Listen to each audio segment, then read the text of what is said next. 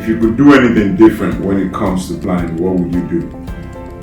Alright, has to be thinking about where people will enjoy the events and how they would really love to stay back even after the program to really show that they appreciate the venue.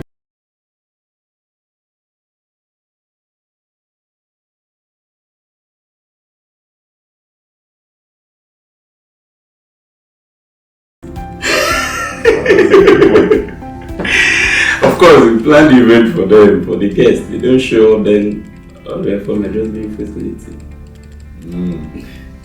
Alright, as the yellow writer, how easy has it been being a minister in LSC The Bridge? Well, the question is already boxing me, like how easy has it been? It has not been easy. It has not been easy. It's been stretching. It's been stretching on all ends, knowing that you're coming from a place of comfort, a place where you're used to certain way of worship, you're used to certain way of life, and then you come into this space and like, what's happening? So yeah, it has not been easy, but it's a journey that I don't take for granted, and I'm grateful to God that I'm there. Because it's allowing me to see that I can actually expand beyond my current state. How do you accommodate individuals that are not up to your standards in any way? Well, I think that that's one thing that the Bridge is actively doing for me, because usually before now I'd cherry pick who I spend time with, who I allow into my space. But being a minister in the Bridge, you almost cannot have control on who is in the private space. I mean, you're literally in your house and someone is knocking at your door and is a member of the Bridge, and you have to attend to them, and you have to not just be nice, but be genuinely nice. So, because an assignment you can't pretend on, you have to be genuine. So sometimes when you're not happy, the people badgering you have to look for the genuine happiness. So, I'd say it's not an active decision I'm making to accommodate people that are not in, don't necessarily speak my language, but it's a journey that the Bridge is allowing me to take, and I'm grateful for that. Nice. So, Mr. Richard, as a designer, when do you actually start designing all this stuff? Like, you have a service on Sunday, when do you start? Okay, so I think for we media guys, I think we also determine the success of the program. So when we have the brief, we make sure we work on it in time, as soon as possible. Okay, so what else do media guys do? Because everybody just think all they do is just camera, design, and that's what they are used for. What else do they do? Okay, so I think in my department, we have other guys that are into so many things. We have some people into construction. I myself, I do other things apart from design. I do photography, I do cinematography as well. So we don't just stay in one skill. We try to learn different things that will also help us in what we do. That's graphic design. So we do other things that will also inform our creative thoughts when we're trying to process other stuff. If you could change your life, what would you change? If I would change my life, I'm not sure I'm living the life I want to live yet, so I still don't see the reason why I should change it. Probably I just need to keep on trusting God for where He's taking me to. I like that. So some people call you kitty, huh? Which means that means you have a previous life that we know nothing about. So how would you say your life before and your life in the Bridge? Would you say there's been a huge improvement? Okay, so I think before the kitty thing, it's just a nickname first of all. It's not like there's anything sinister attached to it. But previously, maybe there was this double standard, because I've always been a church kid. Both my parents are pastors. Every day you go to church programs, But then you just want to jay a little bit, So there was that, and I think I was just balancing the two, So on Friday, I can go turn up, and then on Sunday I'll still come to church and everything. But It was last year when I started coming to the bridge and everything. And I was like, oh, okay, so let me even just try. So it took some time. It took some personal improvements, but I have been able to, separate the two and just like tone down the Jai self and just like try to be a church person. Not just a church person, like a true Christian without having skeletons and all that. All right.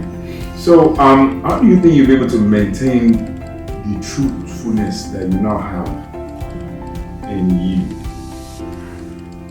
By being more open, I think. So, people always say you have to pray and do this, but then there's some things that you really have to be practical about. Like that Joe would say sometimes that we shouldn't spiritualize things that are practical. So, for example, things like my WhatsApp status. Before, I had 2 lists where, I would show people this side and then there was the other side I'll be posting church programs. But now I just post whatever, like anything goes. I just post. For real? Yes. Okay, that's nice. You're hot as a newbie babe.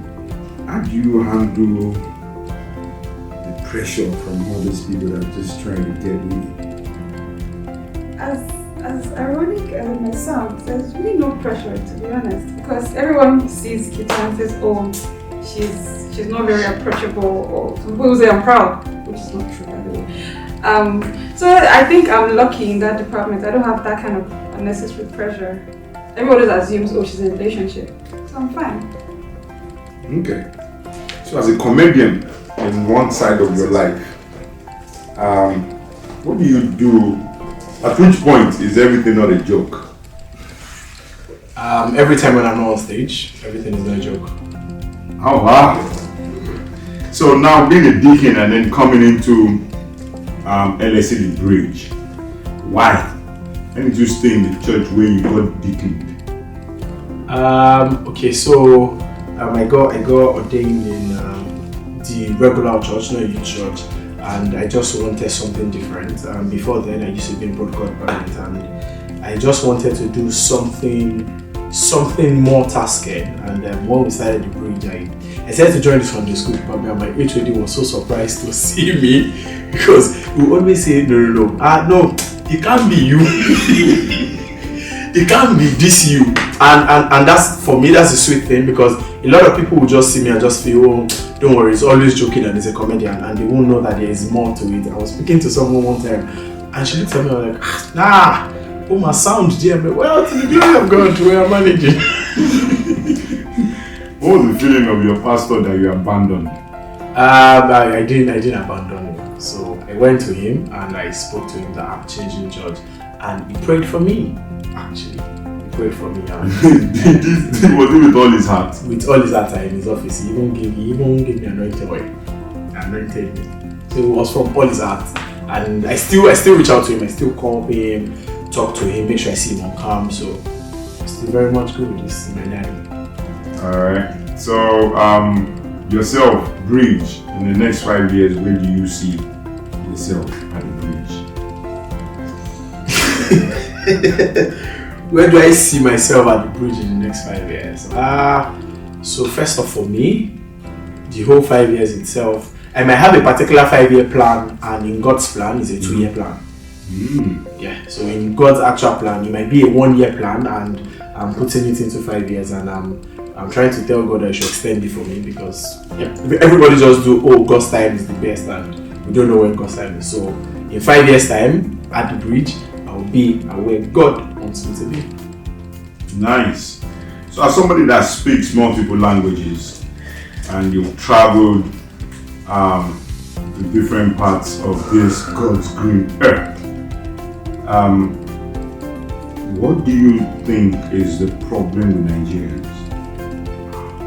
They are too angry. Why? I don't know, probably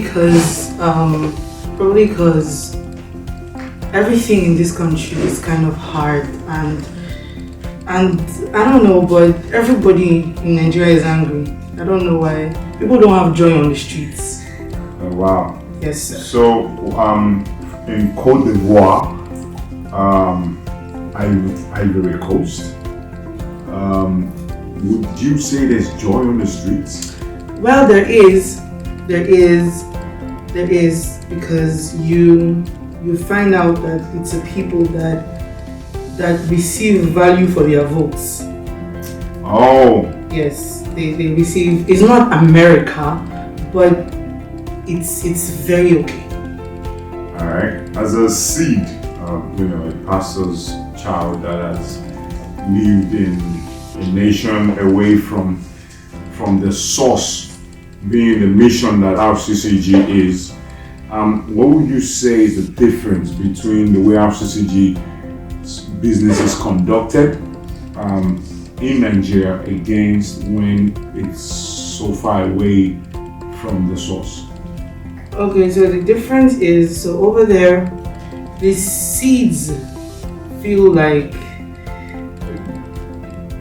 the seeds over here are proud.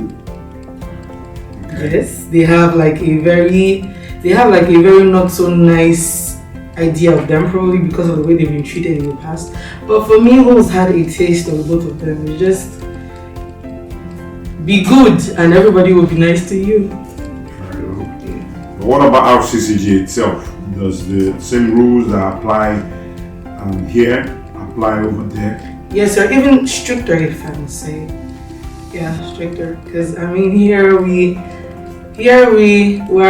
we're closer to the source, so most time there's sometimes a bit of being lackadaisical. But there, when they have the opportunity, they seize it and it works for them. Alright, what would you change about RCCG? What would I change about RCCG? To be honest, nothing. What would you change about the bridge? Nothing. What was your first experience at the bridge? My first experience at the bridge was last year. A friend invited me and I didn't want to leave, but my mom won't let me be great. Wow, you didn't want to leave the church? I didn't want to leave the bridge, but she didn't want me to leave her church either. Oh, wow. Okay. So what other languages can you speak apart from French? I speak Spanish, I speak a bit of Ibibio, I speak Igbo, my language, I speak a little bit of Yoruba, I speak 6 Ivorian local languages, and 3 from Ghana. Oh, wow. So what are you going to do with all this gift that God has given you? First of all, missions, like evangelism. Yes. I have a passion for languages, so I want to use it to make heaven and make money too. Fair enough. I mean, seek you first the kingdom of God, but ensure that His righteousness and you put all the money in. Okay. So as being the tallest person in our great nation, Nigeria, or one of the tall people in Nigeria, how do you cope with finding the right size of bed for you to sleep in?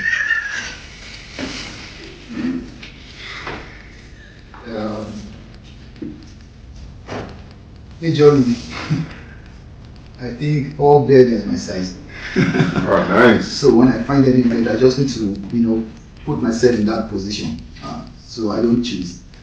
Nice. So you're saying that you have the ability to adjust to any condition that you find yourself. Wow, perfectly well. Okay. How do you give birth to consistency in your life?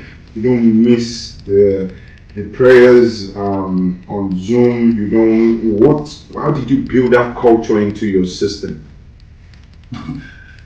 I think one of the best things that has happened to me at the bridge is my prayer life. It has actually increased, and I love praying. So one of the biggest and the closest example I have was I was going somewhere. I was going to Lagos for a business assignment, and then I saw one bridge lady in the bus, and she was not feeling too well.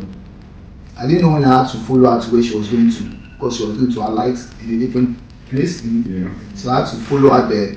I alighted, prayed with her, then I moved on. That was when I knew I loved prayer. So for me, joining the Zoom call, I just felt like if I can't do the fasting the way I'm supposed to do it, the prayer is not supposed to be missed out, and God has been helping us. Okay. Now, is it easy having your brother in the same church with you and walking alongside him? Is it easier, or would you say sometimes it's difficult because there's someone that knows you from birth, knows your real way of life? Yeah, funny how it has been like that from inception. So we are cool together. So when I saw the bridge and I knew I was moving, the first person I called was my brother. Like, Okay. Yomi, it don't happen, no. And we had to move together, And okay, when we were in our former church, why we were not in the same department is because we just felt let's explore. So if you are in ushering department, let me join the Sunday school and then general service in the sense that I can always stand in for ushering up, so standing for protocol, standing for just. Alright. How do you cope with the attentions from the ladies? You're tall, you're dark, you're handsome. Everybody wants to climb that tree and that ladder of excellence. Yeah, I think the first thing is just be yourself and be cool. Know what you want and what you don't want. For me, I always know that I don't want a relationship that will not lead nowhere. So whenever I see all those ladies, the first thing that comes to my mind is, can you marry this person? If not, just keep this person as your friend. So we are better off as friends most time. Then we'll discover what it is supposed to be for us, knowing that this person cannot be my future partner and all. So we'll just keep being friends. So have you found the one? Wow, I found the one. Yeah. Thank you. Alright, so being a young, pretty lady, and assuming that you are single, how do you cope with all the attentions that comes your way? Okay. The attention that come my way, I just relate to everyone normally. Someone that I wouldn't say. I am this kind of a private person. Like I don't like being too open to people, but at the same time, when someone is giving me attention, I don't insult them. I just at least try to talk to them, although I'm not the type that like talking too much. But are you not leading them on by talking to them and giving them attention when you know you are not interested? No, I don't lead anybody. No. Okay. Alright, so your first time at the bridge, what was the experience like? When I got to the bridge, it was wonderful. The experience was wonderful, and I knew I belonged there. Do you feel any pressure, like you have to dress a certain way, look a certain way, wear those trainers because all these people apparently are wearing trainers? No, not exactly. I just feel like I should be myself. Nice. Okay. So if you could change anything about your life, what would you change? I'll change my country. Oh. If you could change anything about the bridge, what would you change? Another country, maybe? The bridge is actually a nice place to be, so I don't think there's anything to be changed. If you could change anything about the pastor in the bridge, what would you change? The pastor is alright. The pastors are alright. Yeah. Very okay. Which pastor is your favorite pastor? They are all cool. You have to pick one. Okay. Pastor, okay. Of course. You'll pick him. No, I actually just like his personality. He's a very good person. Nice. So Adejo is going to turn 80. If he was writing in his will, what would you say you should put your name next to? Wow. I don't even know how I come up with these questions, but yeah. Wow. So, if I want anything thing from him, Mm-hmm. it would be to the grace to be able to do more than him. But in his will. In his will, all his earthly possessions, in front of him on a list. What should you write your name next to? Wow. Yeah, I know. This is okay. The jet. No, I'm sorry. Jet. No, I didn't say that. That was my. That, You just think on your own. okay. That's a big question Are because you I've single? never thought about it. Are you single? Yes, I am not married. Oh! Oh, wow. Okay. So, that means there's some people that believe they might be going out with you, but you are not going out with them. I said I am not married, but I actually have a friend. Ah, Yes, zoom in. friend. Not that type of. It is zoom in. Alright. So being an engineer that works with Mr. Shola, what is the experience like? Being a young man at the same time. I would say we are not only constructing things, we are constructing our lives. Okay. Okay. You are not only constructing things, you are constructing your life also. Name one thing you don't like about working with.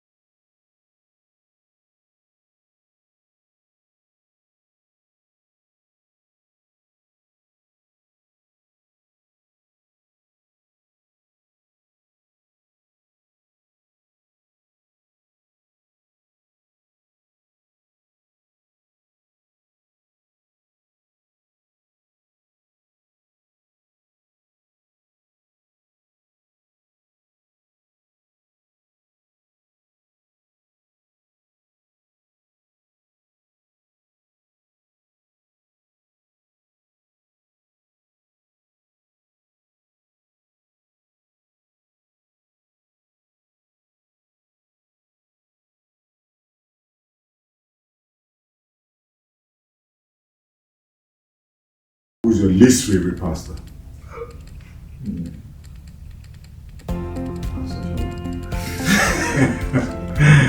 I've not thought of that. I And did you pulls out his will? What should he write your name on the side of it? It's funny how what someone said is in my head. He said redemption camp. So as an amazingly beautiful lady, what do you think is the most important virtue a young lady should have?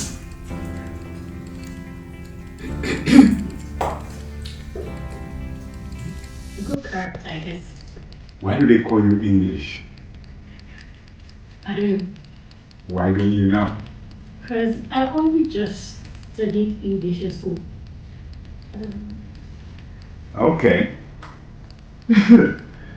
Now, apparently, let us see the bridge. When it comes to sharing gifts, some people are a little bit greedy, so they seem to pack more before they give to others. How would you handle such situation? Well, like, I'm the welfare department, and like our HOD will say, we accept the people for ourselves. So, if I'm to do this, it just share first, then settle the rest. But how do you deal with those greedy people? Like someone said, there's no joy in Nigeria. So some want to pack their own joy before others receive joy. Once, like the Bible said, kingdom of no surprise violence. And violence is getting by force. You have to be ashamed.